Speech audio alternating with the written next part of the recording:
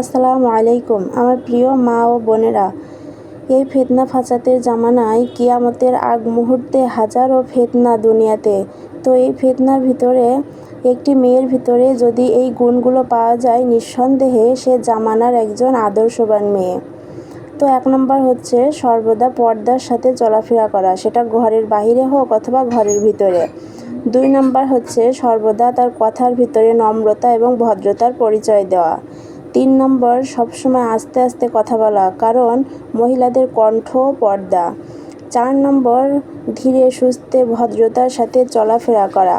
5 নম্বর স্বামীর প্রত্যেকটা হুকুম আহকাম শরিয়াত মোতাবেক যদি হয়, অবশ্যই সেগুলো জান প্রাণ দিয়ে হলেও মানার চেষ্টা করা। 6 নম্বর প্রত্যেক মানুষের দায়িত্বর প্রতি তাকে খেয়াল রাখা, হোক বা সেটা তার বাপের বাড়ির মানুষ অথবা তার শ্বশুর বাড়ির মানুষ। বিশেষ করে তার শ্বশুর বাড়ির শ্বশুর শাশুড়ি স্বামী প্রত্যেকের প্রতি তার খেয়াল রাখা। 7 নম্বর তার সন্তানকে আদর্শবান হিসেবে গড়ে তোলা একটা মারই দায়িত্ব। 8 নম্বর প্রত্যেকটা কাজের সাথে জিকির করা, তার প্রত্যেকটা কাজ যেন হয় জিকিরের সাথে। 9 নম্বর হাজার ব্যস্ততার মাঝেও শরিয়াতের হুকুমের প্রতি খেয়াল রাখা। 10 নম্বর প্রত্যেকের সাথে ভালো ব্যবহার করা, প্রত্যেকের সাথে মিশে চলা, কিন্তু গীবত শিকায়ত দেখলে সেখান থেকে সরে আসা এবং কারোর প্রতি হিংসা বিদ্বেষ না করা।